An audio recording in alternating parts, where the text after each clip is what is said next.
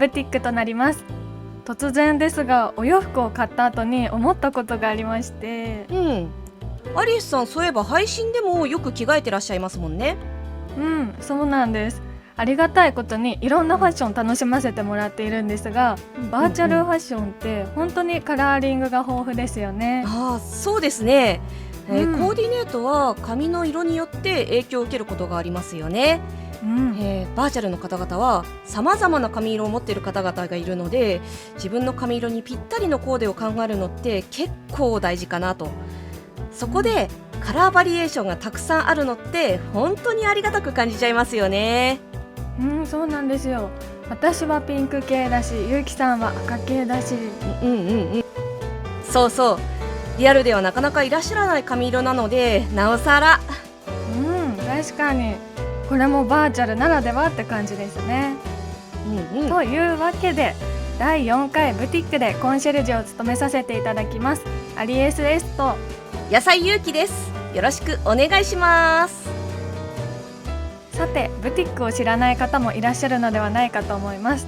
ゆうきさん、説明をお願いいたします。はい、このブティックはあなたのファッションにプラスワンの彩りを提案をテーマにしており、バーチャルファッションの服をバーチャルファッションが好きな人にもっともっと知ってもらいたい、そんな思いでブランドさんと作った服にフィーチャーし紹介していく番組となります。たくさんあるファッションブランドも何かのきっかけから始まった。そのきっかけやブランドへの思いなど、さまざまなことをブティックで深掘りしちゃいましょうということですね。普段ショップで買う時には見えないブランドさんの顔が見たい、そしてブティックで視聴者さんとブランドさんの出会いになるといいなと思っています。また、このブティックではさまざまなブランドさんにインタビューをしております。興味がございましたらチャンネル登録お願いいたします。そしてこの動画が良かったなと思ったら高評価もお願いいたします。よろしくお願いします。今回のクリエイターさんは本当にマルチに活動されているクリエイターさんです。僕が初めて知った時はリアリティのお姿で音楽をやってらっしゃった記憶があります。今でも V ロイドのブランドだけでなく様々な分野で活動しており、 V ロイドモデルの受注だけでなく VTuber としての発信もしてらっしゃいます。YouTube を見たんですが、V ロイドメイクもやってらっしゃいますよね。実は気になっているんですが、今回は V ロイドのお洋服を中心にご紹介していきます。はい、ということでお迎えする前に僕たちもそのブランドさんの服に着替えてきますか。はーい。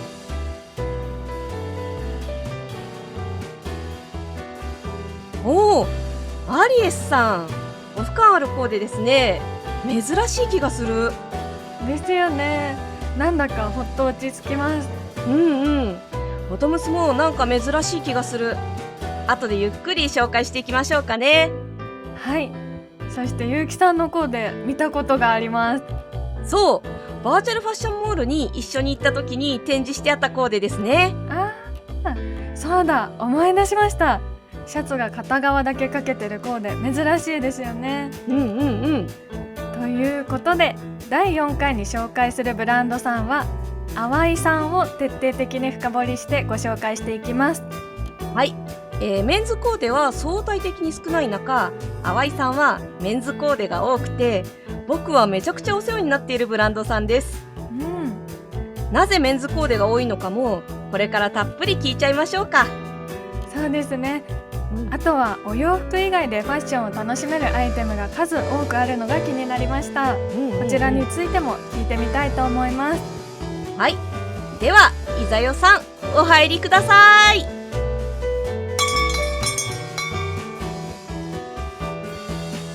いらっしゃいませ。こんにちは、バーチャルスタイリストのミトロックイザヨです。はい、ありがとうございます。よろしくお願いします。お願いします。というわけで今回深掘りするブランドさんは淡いをまとうがコンセプトになっており、相反するイメージの中間、グラデーションの表現をテーマにしている淡いのオーナー、ミトロクイザヨさんです。よろしくお願いします。よろしくお願いします。お邪魔いたします。はじめましてですね。はじめまして。お会いできてとっても嬉しいです。実は僕はコーデ企画で頻繁に着用させていただいており、いつも大変お世話になっているいざよさんです。本当にありがとうございます。実はね、勝手にチョイスさせていただいているものなので、こうやって直接お礼を言えてよかったです。いえいえ、こちらこそいつもありがとうございます。ツイッターで気がついて配信のアーカイブを拝見させていただいて、実際に使われているところでわーって思ったりしています。むしろこちらこそわざわざ足を運んでいただきありがとうございます。はい、では早速ですが最初のコーナーに移っていきましょう。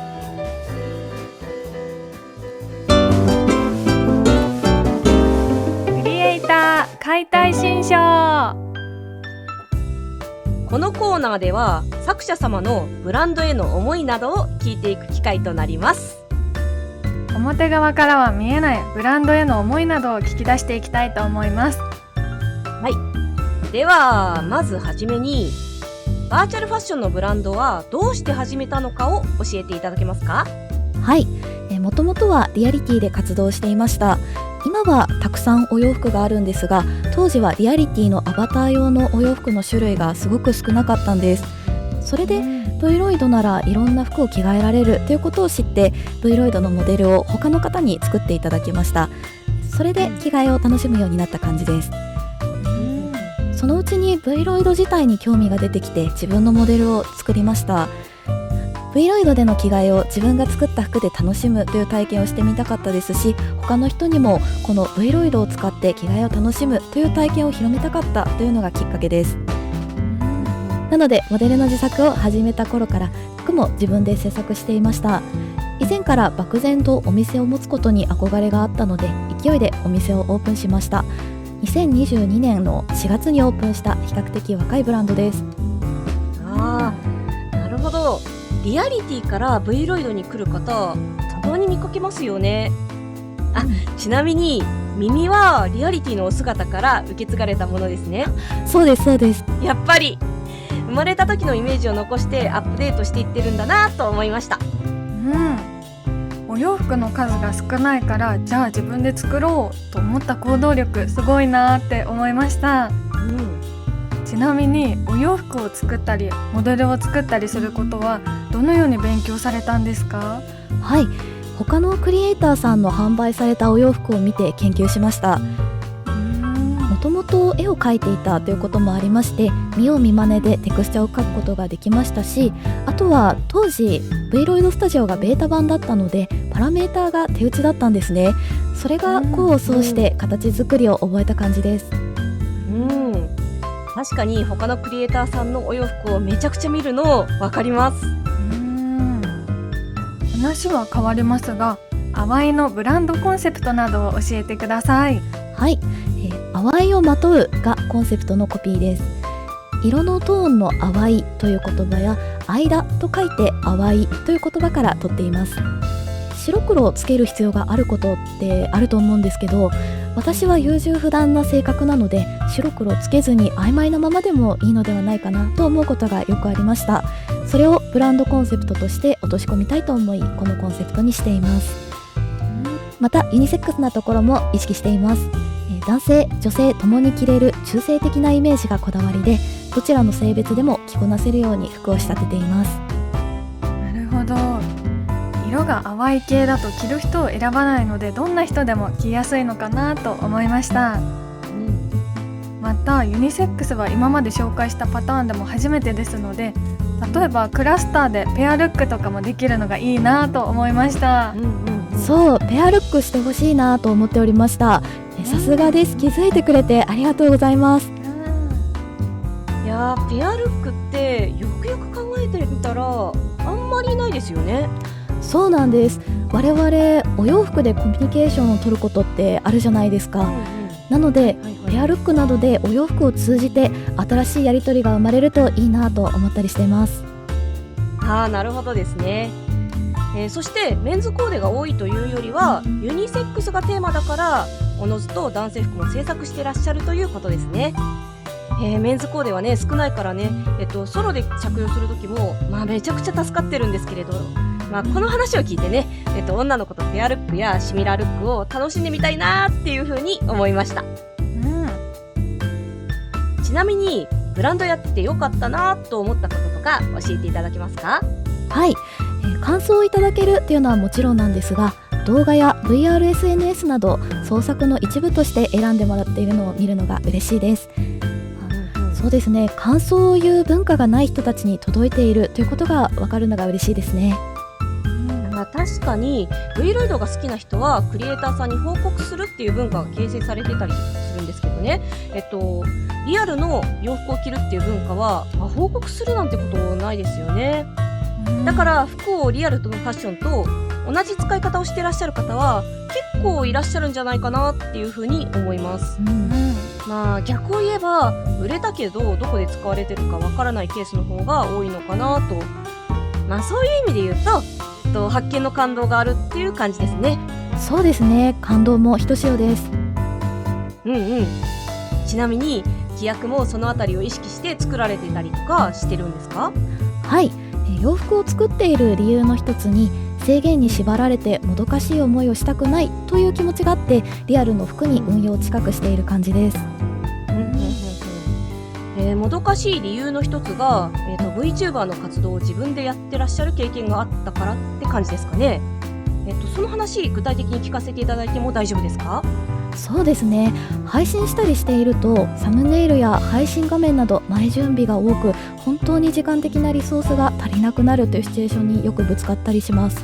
そういう時に服の規約が緩くなれば、使いたいけど制限の問題で使えないというもどかしさが解消できるのではないかなと思いました。なので自身が活動の中でした体験を元にブランドを運営しています。私も規約の厳しさで諦めるケースが結構あったので、このような感じで活動に規約が寄り添ってくれること、本当にありがたいなと思います。はい、そういう意味でも VTuber さんにおすすめしたいブランドさんになります。あとブランドを立ち上げたきっかけの中で、自分のやった体験を他の人にも広めたいというのがありましたが、着ている人を見た瞬間にその目標が達成しているのが分かって感動しているっていう感じでしょうか？そうですね、だから嬉しいのかもしれないです。なるほど。そういえばお店にはティントなどのコスメをはじめとしたファッション小物も置いています。そのきっかけを教えてください。はい、お洋服を作っているうちに自分のブランドだけでトータルコーディネートができるのかなとチャレンジしてみたくなったんです。その結果としてピアスやリング、バッグなど小物にも力を入れるようになったという感じですね。ちなみにトータルコーデにチャレンジしているっていう話だったんですけれど、ブースを見てるとセット売りじゃなくて個別で販売してらっしゃる感じですよね。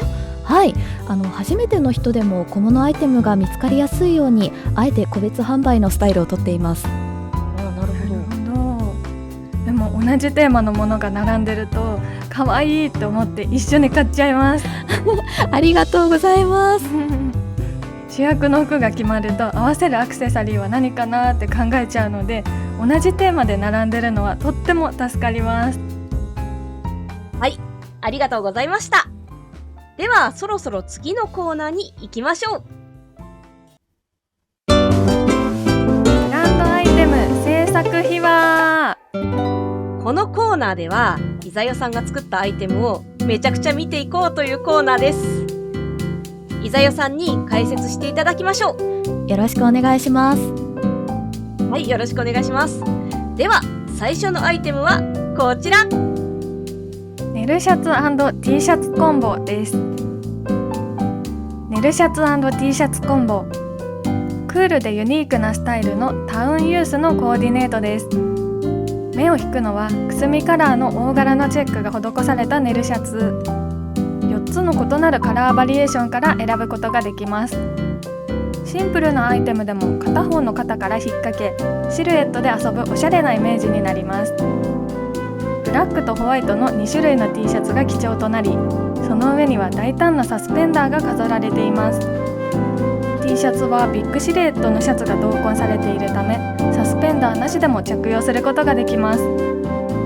パンツはサンドベージュで足首をちらりと覗かせる絶妙な丈感が魅力です。そして全体のコーディネートを引き締めるために足元には黒のブーツが選ばれました。このブーツの色はサスペンダーと一緒で全体のバランスを見事にまとめ上げています。このネルシャツ& T シャツコンボのコーディネートは大胆さと都会的なエッジを持ちながらも絶妙なバランスを保っています。自由奔放な表現と洗練されたスタイルが融合し、着る人の個性を際立たせることでしょう。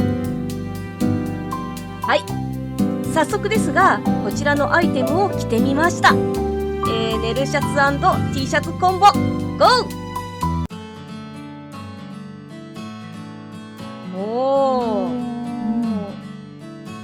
いやいいですね。やっぱインパクトありますよね。ありますね。あんまり見ない形だ。ですね。色もいいですね。色もね、夏っぽくていいですよね。爽やかな感じが。サスペンダーもいいですね。ね、なんかバランス全体的にやっぱりすごく締まりのある、サスペンダーとして締まりがあるっていう感じですね。はい。では伊沢代さん、このネルシャツ&T シャツコンボのコンセプトを教えてください。はい、ネルシャツは初期からあるかつ人気のユニセックスアイテムで、ブランドとしても推していきたいアイテムです。こだわったところはパンチがあるシルエットです。ルーズに見えるけれど、そこをサスペンダーで抑えてラフになりすぎずカジュアルに見えるようにしているアイテムです。色は改変しやすいですが、シルエットはクリエイターの腕がそのまま反映されるので、そこにこだわりました。シ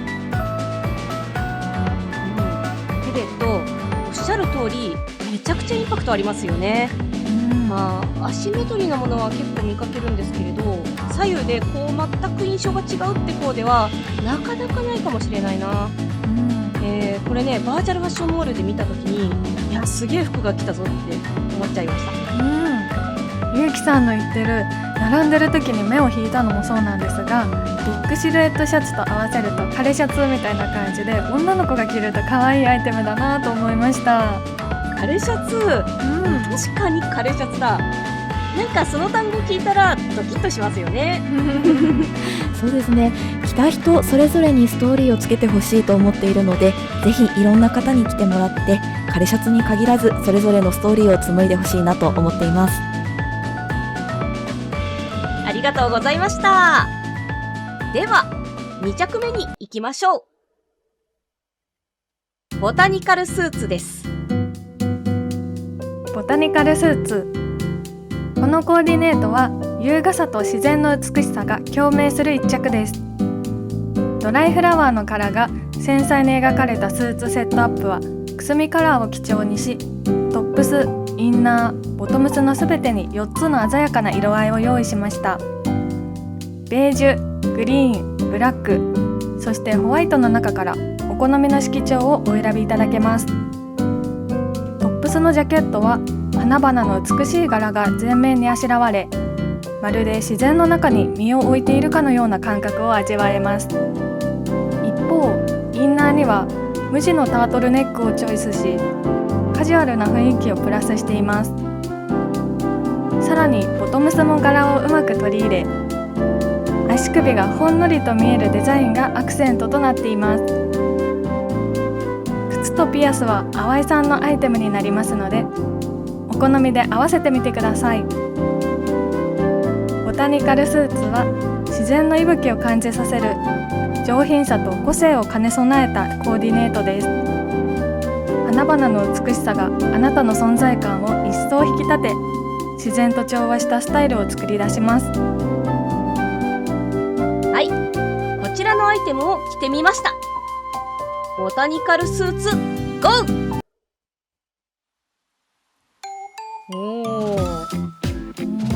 かっこいいですね。またさっきとは印象がだいぶ変わりますね。いやほんとなんか大人っぽさがすごいありますよね。ありますね。この黒がねすごいバチッとこう締まってる感じがしますね。全体的にまとまった印象ですね。ですね。では伊沢代さん、こちらのボタニカルスーツのコンセプトを教えてください。はい、デザインのテーマはドライフラワーです。ドライフラワーは生と死のグラデーションとしてブランドコンセプトを表現しやすいモチーフだと思いました。柄のパターンは全部自分で起こしています。秋冬コーデなんですが、ブランドコンセプトを背負っているフラッグシップなアイテムなので、ぜひ今回紹介していただきたいと思って選びました。僕はネオケットで見た瞬間に買った記憶があります。この柄のスーツなんですけれど、派手になりすぎず抑えた色なので、とてもね着やすいコーデなんですね。このね足首の丈も足首がちらっと見える丈で、そこもチェックポイントですね。カラーバリエーション4色あるんですが、色によって印象が変わりますね。着るシチュエーションに合わせて色も選べそうだなと思いました。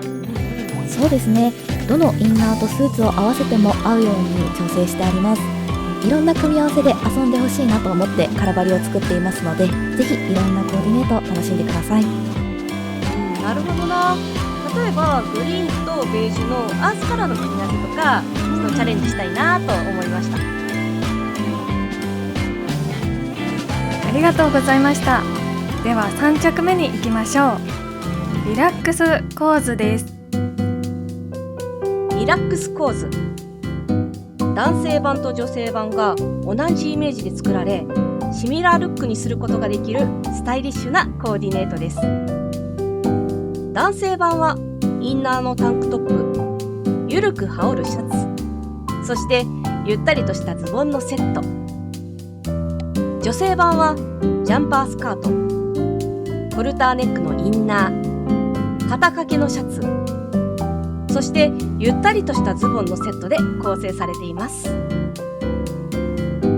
カラーリングは4色で、ブルーグレイ、ピスタチオグリーン、スイートピンク、オフホワイトが選べ、組み合わせることができます。今回紹介するコーディネートでは、ゆったりとしたズボンに女性版のホルターネックのインナー、男性版のゆるく羽織るシャツを組み合わせました。シャツは左右でアンバランスに着用されており、ラフな雰囲気を演出しています。ホルターネックのインナーはシャツを羽織っても肩が露出され、少しドキッとするようなイメージです。ボトムスは腰回りを紐で締めるデザインで、おうちコーデや外出にも使えるふんわりとしたスタイルを楽しめます。このリラックス構図はリラックス感とおしゃれさを兼ね備えたコーディネートで、どんなシーンにもマッチします。あなたも自由なスタイルで心地よいファッションを楽しんでください。こちらのアイテムは私が着てみました。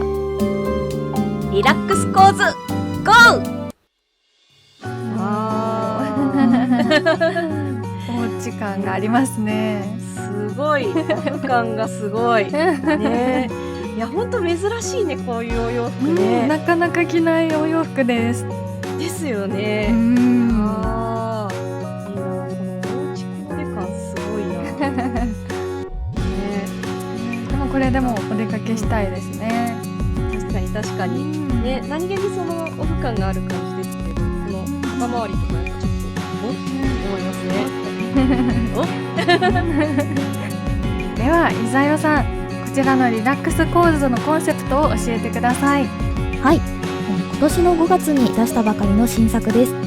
内と外のグラデーションをテーマとして、外に着ていけるルームウェアというコンセプトで作っています。2023年のトレンドカラーでカラバリをまとめました。また質感にもこだわっており、リブ感が出るように作っています。存在感と言っていたように生地の感じがリアルに近いのを感じました。外に着ていけるルームウェアということで、お出かけもできそうだし、部屋着のもできそうだし、たくさん活用できそうです。今アリエスさんが着てるこのゆったりとした組み合わせも、めちゃくちゃいいんですけれどね、実はこの女性版に入ってるロングスカートに羽織シャツっていうのも、これねめちゃくちゃ可愛いんですよね。そうね、今回の方では実は伊沢さんに選んでもらったんですけれどね、最初はねアイテムはこれを紹介するっていうことがまず決まったんですね。でその後に、伊沢さんからこの組み合わせでいきたいですっていう話をいただいて、でその時にスカートじゃないってことにめちゃめちゃ驚いちゃったんですよね。そう、普段段のアリエスさんのイメージだとやっぱお姉さん系が多いかなって思うので、いや絶対スカートで来るなって思ってたんですよね。そうですね。普段アリエスさんは女性的なイメージが多い印象だったんですが、淡いはユニセックスというテーマがあるので、だったら普段よりメンズライクなものを着ていただいてもいいのかなと思いました。なのでメンズのシャツとズボンにレディースのインナーという組み合わせになってます。普段と違うアリエスさんの姿を見ることができたのかなと思います。なるほど。いつも私の配信に来てくれている人にメンズライクな方向性のコーデぜひ見ていただきたいですね。にゃん、ありがとうございました。さて、そろそろ時間になりました。名残惜しいですが、そろそろ閉店のお時間となります。今日はたくさん紹介させていただきましたが、今日のアイテムについての詳細は概要欄、ブースやツイッターなどをご覧くださいませ。いざよさん、感想を一言お願いします。はい、こういう貴重な機会をいただけて嬉しいです。ありがとうございます。